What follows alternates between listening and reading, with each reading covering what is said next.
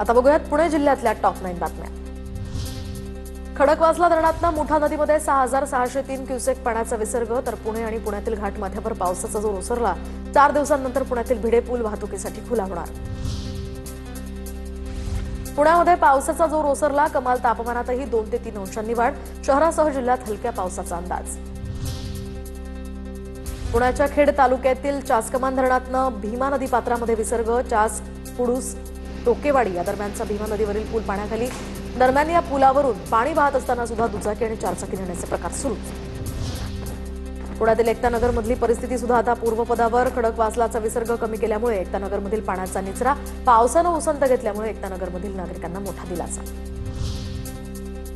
पिकांच्या 20 metre आतीलच photo काढा तर होईल ई पीक नोंदणी। डिजिटल क्रॉस सर्व्हे ॲपद्वारे ही नवी अट। आतापर्यंत राज्यामध्ये 9 लाख हेक्टर पिकांची नोंद।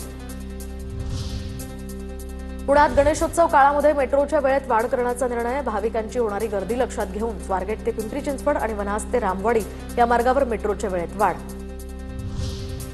पुणे जिल्ह्यातील अंतिम गट रचना आज जाहीर होणार, तर जिल्हा परिषदेच्या गट आणि पंचायत समितीच्या गणांच्या प्रभाग रचनेतील बदलास विभागीय आयुक्तांकडून मान्यता।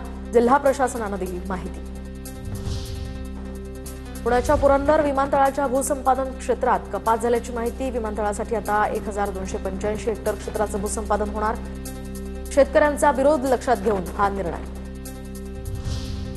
पुण्यातील हॉटेल पब रेस्टॉरंट्सना आता शिस्तीचं पालन करण्यासाठी पुणे पोलिसांकडून समिती स्थापन। कायदा सुव्यवस्था अबाधित राखण्यासाठी आस्थापनांना निर्देश। नियमांचं पालन न करणाऱ्या आस्थापनांवर कारवाई करणार पोलिसांचे आदेश।